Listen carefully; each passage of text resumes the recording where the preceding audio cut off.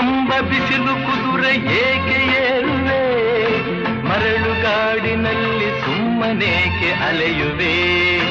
ಅವನ ನಿಯಮ ಮೀರಿ ಇಲ್ಲಿ ಏನು ಸಾಗದು, ನಾವು ನೆನೆಸಿದಂತೆ ಬಾಳಲೇನು ನಡೆಯದು.